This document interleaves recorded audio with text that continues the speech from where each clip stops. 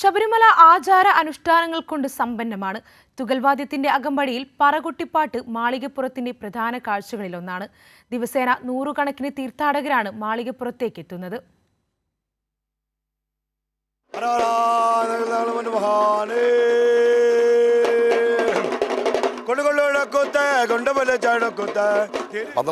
അയ്യപ്പൻ ജനിക്കുകയും വരികയും അവിടെ മന്ത്രി രാജ്ഞി സൈന്യാധിപതി ഇവരൊക്കെ ചേർന്ന് ഭഗവാനെ അവിടെ ഒഴിവാക്കാൻ ശ്രമിക്കുകയും അങ്ങനെ ഒഴിവാക്കാൻ ശ്രമിച്ചതിൻ്റെ ഫലമായിട്ടുണ്ടായിട്ട് ദോഷങ്ങൾക്ക് പരിഹാരക്രിയയുടെ ഭാഗമായിട്ട് പരമശിവൻ മലവേലൻ്റെ വേഷത്തിലെത്തി അവിടെ ചെന്ന് ഈ ദോഷങ്ങളെ തീർത്തു എന്നാണ് ശബരിമലയെ ബന്ധപ്പെട്ട് ഈ പറകൊട്ടിപ്പാട്ടിൻ്റെ ചരിത്രം.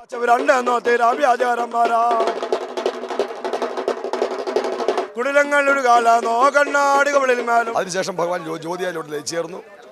ഇവിടെ മരണം, തീപിടുത്തം, ഇങ്ങനെയുള്ള അനിഷ്ട സംഭവങ്ങൾ നടന്നപ്പോൾ അന്നത്തെ രാജാവ് ദേവപ്രശ്നം വെച്ചു. ആ ദേവപ്രശ്നം വിധിപ്രകാരം ഇവിടെ വന്നിട്ടുള്ള ഇപ്പോൾ ഭക്തജനങ്ങളുടെ അശുദ്ധി കൊണ്ടാണ് ഇങ്ങനെ സംഭവിക്കുന്നതും അതിന് പരിഹാരങ്ങളുടെ ഭാഗമായിട്ട് 18 പടിക്ക് താഴെ പറകൊട്ടി പാടിച്ച് ദോഷം തീർത്തതിന് ശേഷം മാത്രമേ 18 പടി ചവിട്ടാൻ പാടുള്ളൂ എന്ന് രാജകൽപ്പന ഉണ്ടായി. അതിന് പ്രകാരം ഒരു 40 വർഷം മുമ്പ് വരെയും 18 പടിക്ക് താഴെയായിരുന്നു ഈ ചടങ്ങ് നടന്നു പോകുന്നത്.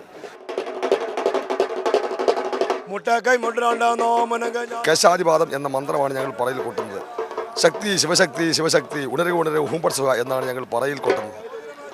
പ്രവണവാക്ഷത്തിന് ഉപരെ വെച്ച് പറയിൽ ചോതുമ്പോൾ മുന്നിലിരിക്കുന്ന ഭക്തനെ സ്വാമി അയ്യപ്പൻ എന്ന് സങ്കല്പിച്ചു, പറയ്ക്ക് പിന്നിലിരിക്കുന്ന ആൾ പരമശിവൻ എന്ന സങ്കല്പത്തിലാണ് ഈ ചടങ്ങ് നടക്കുന്നത്. ഈ ചടങ്ങിലൂടെ ഈ കേശാദിപാദം എന്ന മന്ത്രം ജപിച്ചു തരുന്നതിലൂടെ ഈ മുന്നിലിരിക്കുന്ന ആളിൻ്റെ തലമുടി പോലെ നഖം വരെയുള്ള ദോഷങ്ങളെ തീർത്ത് ആൾ 18 പടി ചവിട്ടാൻ പരിശുദ്ധനായി എന്നാണ് ഈ ചടങ്ങിൻ്റെ പ്രാധാന്യവും സങ്കല്പം.